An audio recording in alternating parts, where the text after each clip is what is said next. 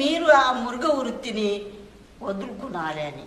మీరు అంతా రాచేసి మురుగ వృత్తి అయిపోయింది మన భారతదేశం అంతా. ఈయన వృత్తి అయిపోయింది, ధర్మ వృత్తి అంతా శూన్యత అయిపోయింది.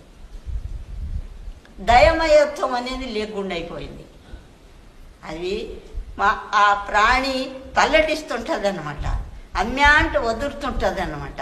ఆ భగవంతుని ప్రార్థన చేస్తుంటుంది, అయ్యో పరమాత్మ నన్ను రచన చెయ్యి అంటానని. అమ్యాని వదులుతుంది. దాన్ని అట్లేని కోస్తారు. అంటే కోసేటోడు యముడు అనమాట. అది జన్మాంతర వైర్యంతో ఆ పాప వృత్తితోటి ఆ జన్మానికి వచ్చేస్తుంది.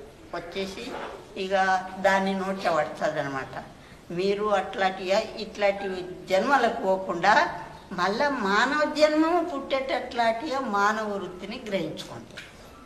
ఇదే మనిషి జన్మని మళ్ళీ వచ్చేటట్ల అది గ్రహించుకొని, సత్యమును గ్రహించుకొని, సర్వప్రాణులను తన వాళ్ళని భావించుకొని నడిస్తే భగవంతుడు మనవంతురం వరకు మానవ జన్మమే పుట్టిస్తాడు అని అది శాస్త్రజ్ఞులు కూడా చెప్తాయి, మళ్ళీ పెద్దలు కూడా చెప్తారు.